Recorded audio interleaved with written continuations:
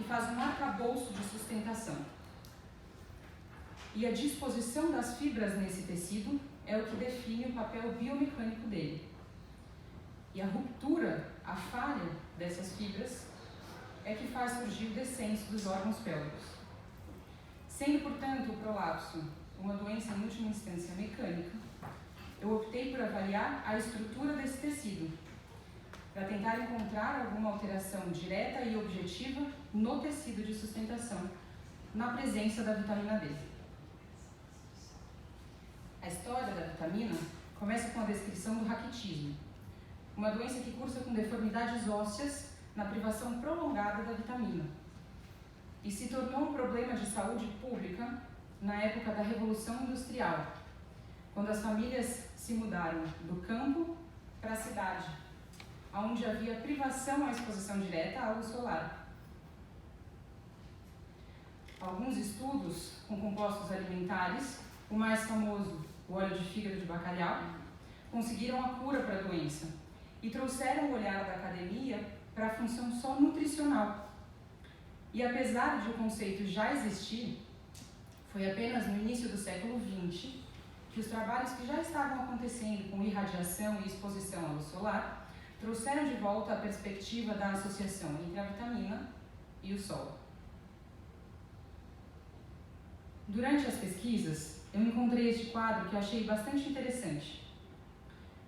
Ele foi pintado por um artista na Universidade de Wisconsin.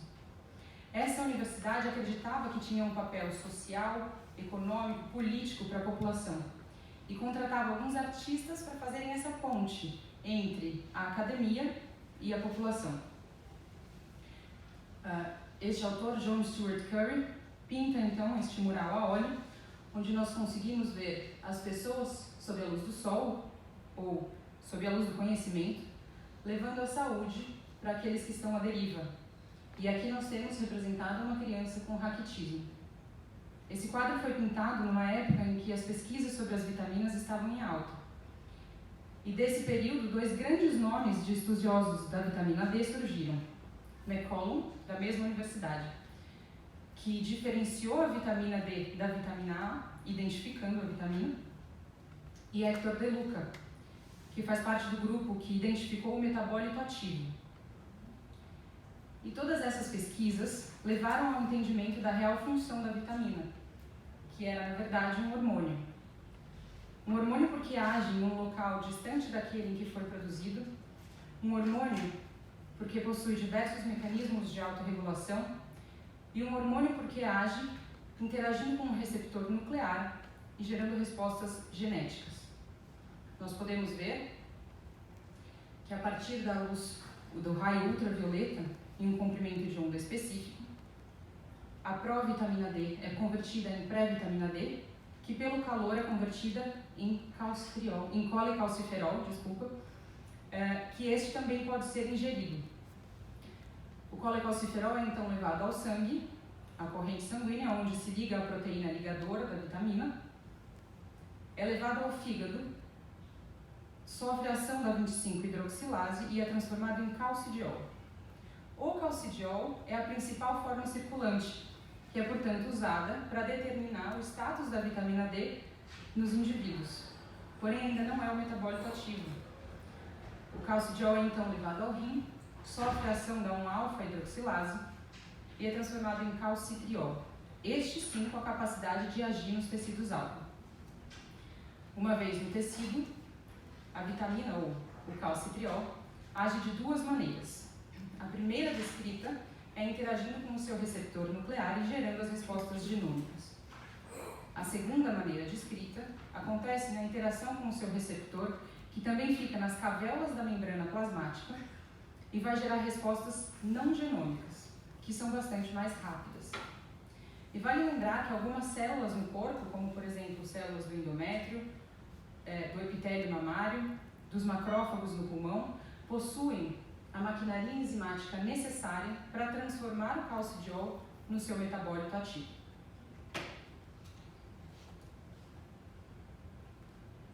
Mas essas pesquisas não pararam, elas aumentaram de uma forma exponencial.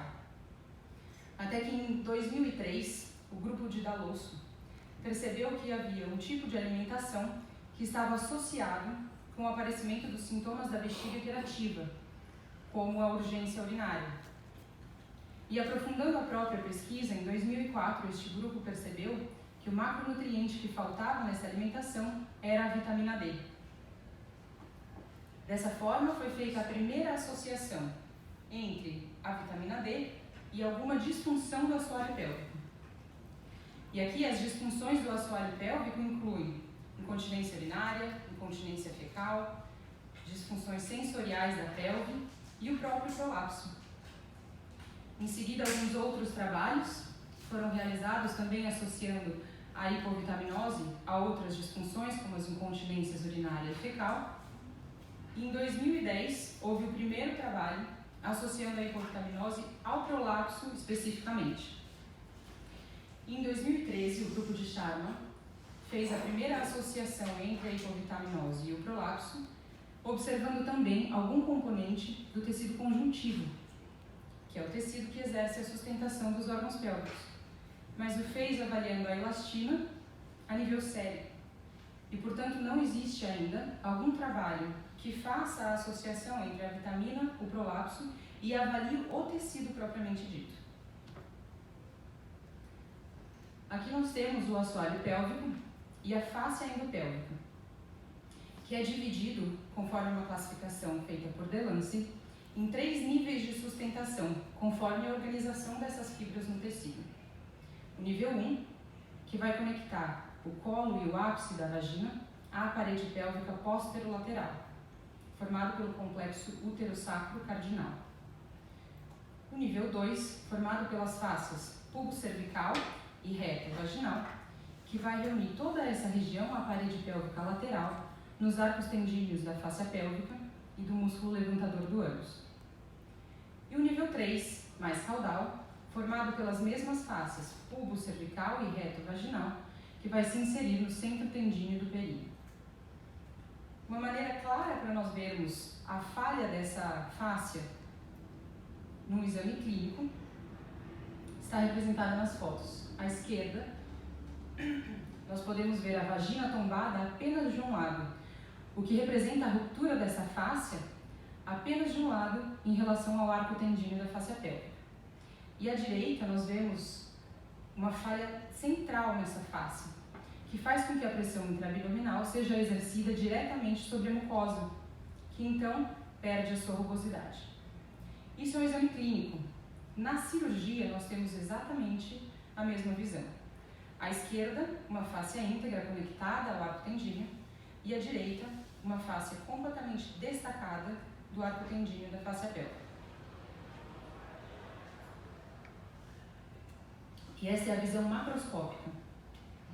Microscopicamente, esse tecido é formado principalmente pelo colágeno, que depois do processo de transcrição e outros que acontecem intracelular, tem a sua molécula enviada para o meio extracelular, onde a concentração de molécula vai fazendo com que elas estejam cada vez mais próximas, permitindo que a força intermolecular haja para que se chegue aos níveis de organização hierárquicos do colágeno, fibrilas e fibras.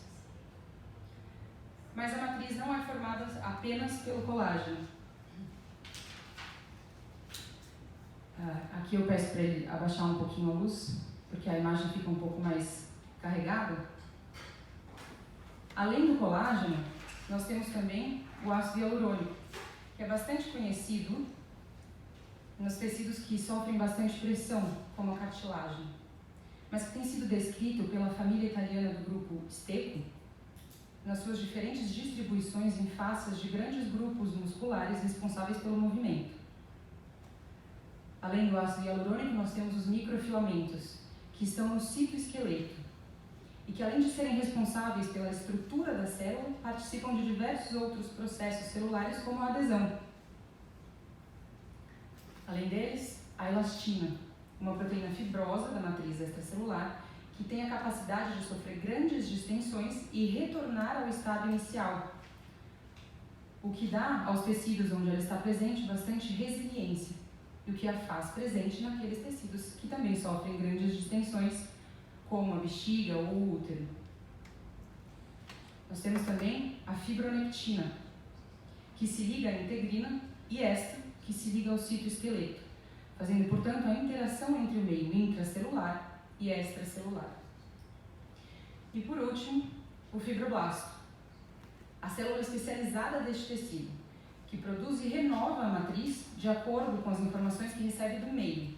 Por exemplo, o estresse mecânico a que o tecido está sendo submetido. Com tudo isso em mente, eu consigo entrar, então, na pesquisa propriamente dita. A medicina translacional fala pra gente sobre a importância desses 3 pilares: a ciência da bancada, que nós fazemos no laboratório, a ciência do leito, a assistência médica, e a comunidade, o apoio da comunidade e aquilo que a ciência consegue levar de relevante para a população, para que nós consigamos atingir a prevenção, o diagnóstico e as terapias adequadas para as doenças. Nesse trabalho, que é inicial, eu optei pela bancada.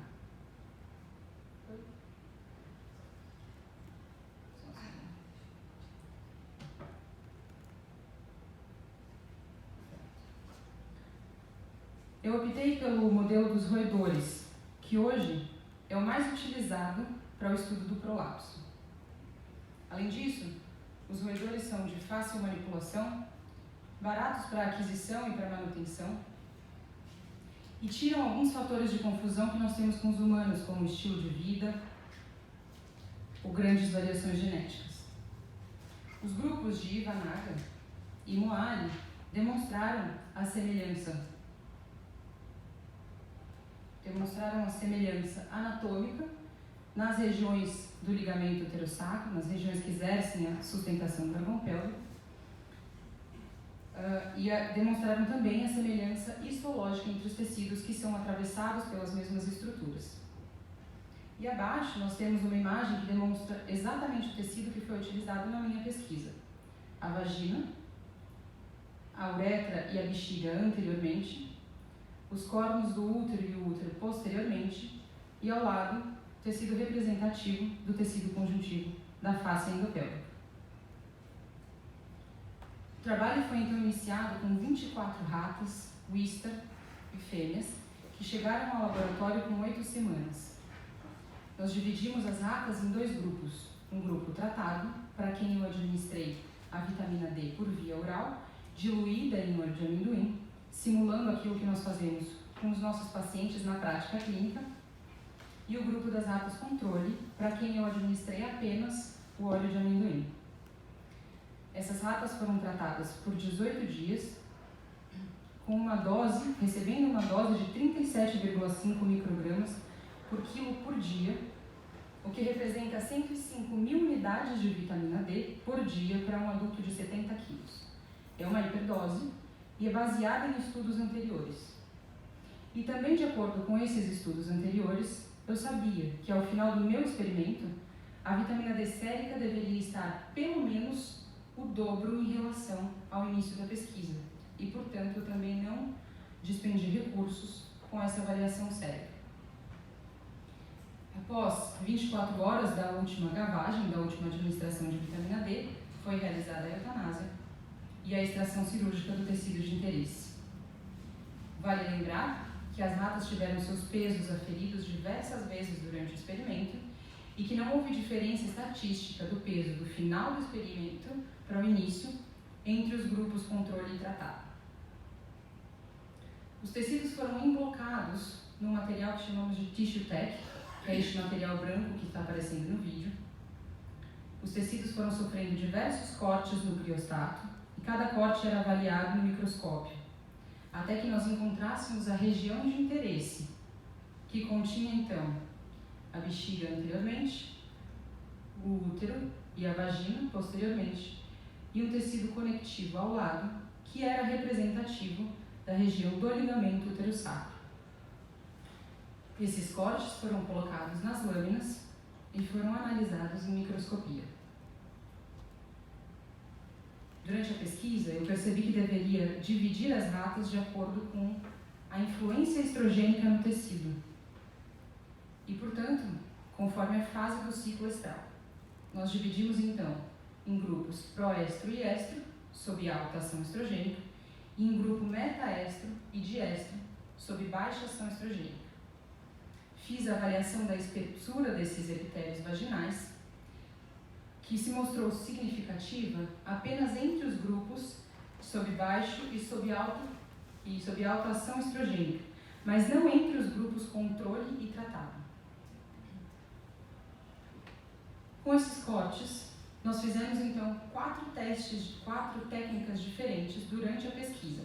A primeira, hematoxilina e eosina, que é a mais tradicional, e serviu como referência para os cortes e para as imagens adquiridas a partir das outras técnicas. A segunda, geração de segunda harmônica, ou SHG, do inglês Second Harmonic Generation, que foi a principal técnica da pesquisa, sobre a qual eu vou explicar nos próximos slides, e que serve para a avaliação do colágeno no tecido. A terceira técnica utilizada foi o Picrocílios, que é um pouco mais tradicional também, que também nos permite avaliar o colágeno e, portanto, a comparação com a técnica do SHG, e que permite também a diferenciação entre os colágenos tipo 1 e tipo 3. E por último, nós usamos a imunofluorescência confocal para avaliar os outros componentes do citoesqueleto, da membrana celular e da matriz extracelular. A geração de segunda harmônica utiliza, então, um laser que tem energia suficiente, capaz de fazer com que 2 fótons interajam com um tecido, que é um meio óptico não linear. Esse tecido se excita o suficiente para ele mesmo enviar um novo fóton. O colágeno tem essa característica por conta das suas ligações peptídicas repetidas e que acontecem nas diversas organizações hierárquicas dessa molécula, que permitem a amplificação do sinal gerado, que será lido na microscopia. E isso é a grande vantagem dessa técnica, já que o sinal que nós recebemos é intrínseco da molécula, essa técnica não exige manipulação do tecido. E como a minha ideia era avaliar a morfologia do tecido, quanto menor a manipulação, melhor. As outras técnicas, por exemplo, colocavam o tecido em contato com álcool, desidratação, reidratação ou temperaturas mais altas, o que pode modificar um pouco a morfologia ou gerar artefatos nas imagens. Além disso, como o que nós recebemos é um sinal intrínseco da molécula, as cores que nós vamos ver são absolutamente fictícias, nessas criadas por geração de segunda harmônica. A captação deste sinal foi feita por microscopia confocal, que funciona da seguinte forma. Antes de o laser ser enviado para a objetiva, ele sofre alguns ajustes. E uma vez interagindo com o tecido vai emitir os fótons que podem seguir no mesmo sentido do laser, e aí será captado pelo detector anterior, ou podem correr no sentido oposto ao laser, e aí será captado na detecção posterior, ou EPI-SHG. Além disso, uma outra vantagem dessa técnica é que ela permite a criação de imagens em diversos planos, e nós podemos recriar uma outra imagem sendo a representação máxima de sinal, ou seja, a soma de todas as imagens, o que é o ideal para um tecido espesso, que nós também preferimos avaliar em relação a um tecido mais fino. E aqui eu mostro as primeiras imagens conseguidas com geração de segunda harmônica. Essas 2 imagens são montagens a partir de figuras menores, para que a gente tenha o tecido inteiro para entender em que região nós estamos olhando. À esquerda, nós temos uma figura de hematoxilina e eosina, e nós vemos anteriormente a bexiga, o ureter, a luz da vagina, a luz do colo e a região que eu chamei de reto-uterina e de ligamento útero sacro. À esquerda, nós temos a imagem criada por geração de segunda harmônica. E a primeira diferença que nós vemos é aqui, no epitélio, que não aparece o sinal de colágeno, pois nessa região as células são muito próximas umas das outras e não sobra espaço para a matriz extracelular, que é onde fica o colágeno. Mas as estruturas são as mesmas. A bexiga, o ureter anteriormente, a luz da vagina, o colo e as regiões reto-uterina e representativa do ligamento uterosacro.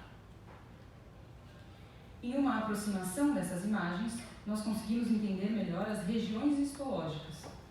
À esquerda, na região do ligamento uterosacro, nós vemos o epitélio que não aparece, a lâmina própria, onde as fibras se apresentavam de uma forma mais dispostas aleatoriamente, a camada muscular, onde as fibras se apresentavam com um direcionamento preferencial, e a adventícia, que se continua com o ligamento, onde as fibras também se apresentavam dispostas de uma forma aleatória e com mais espaço entre elas. À direita, na região reto-uterina, nós temos as mesmas estruturas e o colágeno se apresentou com menos espaço entre as fibras. Então, o epitélio que não aparece, a lâmina própria, a muscular e o peritônio. E na região entre a muscular e o peritônio, as fibras se apresentavam de uma maneira que nós chamamos de emalha. Já nesse aumento de 40 vezes, nós encontramos a imagem ideal para avaliação da morfologia do tecido. À esquerda temos a região reto-uterina e à direita a região do ligamento uterosacro. De maneira geral, nos grupos controle, as fibras se apresentaram mais retificadas, enquanto que no grupo tratado, elas se apresentavam mais onduladas e dispersas de uma maneira mais aleatória. E aquele aspecto em malha também se mostrou mais presente nos grupos tratados. Em seguida, nós fizemos um corte ainda mais espesso, de 50 micrômetros. E aqui nós podemos ver as divisões em baixa ação estrogênica e alta ação estrogênica. Na coluna da esquerda, a detecção anterior, na coluna central, a detecção posterior, e a última coluna, a composição das duas imagens. Fica muito claro visualmente a diferença de intensidade de sinal, que é muito maior nos grupos tratado em relação ao controle. Então, nós optamos por fazer a quantificação dos sinais, que mostrou que essa diferença foi significativa apenas nos grupos sob alta ação estrogênica. E isso sugere uma interação entre as vias metabólicas do estrogênio e da vitamina D. Em seguida, nós usamos o picrocílios para comparar os resultados conseguidos com a geração de segunda harmônica. E nós encontramos que essa diferença se deu também apenas pelo colágeno tipo 1 e não pelo colágeno tipo 3, e apenas nos grupos sob alta ação estrogênica. Após toda a avaliação do colágeno, nós fomos avaliar os outros componentes do citoesqueleto, da superfície celular e da matriz extracelular. E aqui os cortes tinham apenas 4 micrômetros. Essas figuras vão estar nas próximas imagens para servirem como guia para nós sabermos em que região nós estamos olhando. Em todas as próximas imagens nós teremos à esquerda a coluna do grupo controle, à direita o grupo tratado. Na linha superior, o menor aumento de 20 vezes, na linha média, um aumento maior de 63 vezes e na linha inferior, um aumento também de 63 vezes. Na linha superior nós temos o menor aumento e, portanto, nós conseguimos ver as diversas porções do tecido, que é o epitélio, a lâmina própria, a muscular e a adventícia ou o ligamento. E abaixo, nas aproximações, nós temos uma aproximação do epitélio e da lâmina própria na linha do meio e da muscular e do peritônio na linha mais superior. A vimentina se mostrou com uma marcação bastante fraca, um pouco mais intensa na região da muscular, mas sem uma diferença óbvia entre o controle e o tratado. A alfa-actina, também chamada de fibra de estresse, se mostrou mais intensa nas regiões da muscular e do endotélio vascular, mas a marcação interessante aqui foi no córtex celular do epitélio do grupo controle apenas, enquanto que essa marcação se mostrou fraca e difusa no epitélio no grupo tratado. O WGA, uma proteína que se liga a alguns resíduos da porção carboidrato de moléculas que ficam na superfície celular, mostrou uma marcação bem semelhante à alfa-actina. delimitando bastante os limites do epitélio, das células do epitélio, apenas no grupo controle. E essa marcação praticamente não aparece no grupo tratado. O heparansulfato, uma molécula bastante carregada negativamente, que tem grupos sulfato que permitem a interação com diversas proteínas e, portanto, fazem com que ela participe de diversos processos celulares, também apresentou uma marcação bastante interessante, que é entre o epitélio e a lâmina própria, em uma fina lâmina com várias interrupções no grupo controle, enquanto que no grupo tratado, essa lâmina tinha um sinal mais intenso e não tinha interrupções. O ácido hialurônico parece apresentar uma marcação mais intensa no tecido como um todo, em geral, no grupo tratado. Mas a diferença visualmente também não é tão óbvia. E a fibronectina, que também se mostrou mais evidente nas camadas musculares e no endotélio vascular, que aparece aqui no canto da imagem, mas também difusa no tecido como um todo e sem uma grande diferença entre os grupos controle e tratado. A elastina também mostrou uma marcação interessante, com fibras mais extensas, seguindo desde o epitélio até a adventícia no grupo controle. E no grupo tratado, essas fibras pareciam bem mais curtas. E aqui é o interessante da diferença da espessura do epitélio, da espessura dos cortes. Aqui com 4 micrômetros, eu não consigo garantir que essa diferença não seja apenas por uma obliquidade no corte. Por último, o fibroblasto, em que nós encontramos uma marcação também bastante difusa e que depois percebemos que o anticorpo utilizado, marcado, reconhecia um antígeno que fica na superfície da célula, mas que também existe na matriz extracelular, então nós não achamos ideal para tirar alguma conclusão. Com todos esses resultados, nós chegamos às seguintes conclusões. A administração por via oral da vitamina D em ratas leva a uma mudança do colágeno total na quantidade, às custas do colágeno tipo 1, na região proximal do ligamento heterossacro e do tecido conjuntivo adjacente. E, além disso, leva a uma alteração da arquitetura da matriz extracelular nessa mesma região. No contexto em que nós estamos, onde as pessoas desenvolvem cada vez mais fobia por telas sintéticas, encontrar um mecanismo que nos permita devolver ao tecido do paciente a capacidade de desempenhar o trabalho a que ele é exigido, ou mesmo que nos permita criar uma tela a partir de um tecido autólogo que seja mais eficiente, me parece uma ideia promissora. E, portanto, o futuro da pesquisa está em entender os caminhos metabólicos que levam a vitamina D a causar essas alterações, está em começar testes biomecânicos para entender se essas alterações de fato favorecem ou desfavorecem o desempenho do tecido, a resiliência e a resistência. E mais do que isso, nós também podemos levar a pesquisa para o campo da oncologia.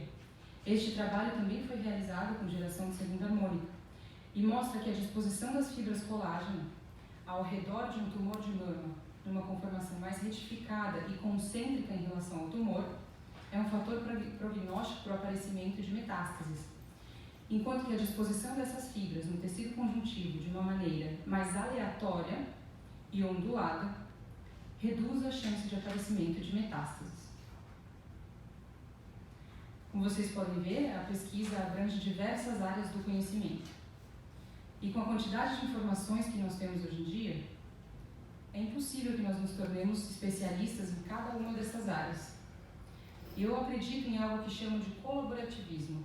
A minha pesquisa não teria sido tão ampla ou interessante não fosse a ajuda, o interesse e a perspectiva das pessoas que eu fui conhecendo ao longo do caminho, especialmente aquelas que me ajudaram nos trabalhos no laboratório. E por isso a frase de Bartolomeu Campos de Queiroz: a beleza é tudo aquilo que você não dá conta de ver sozinho. Muito obrigada.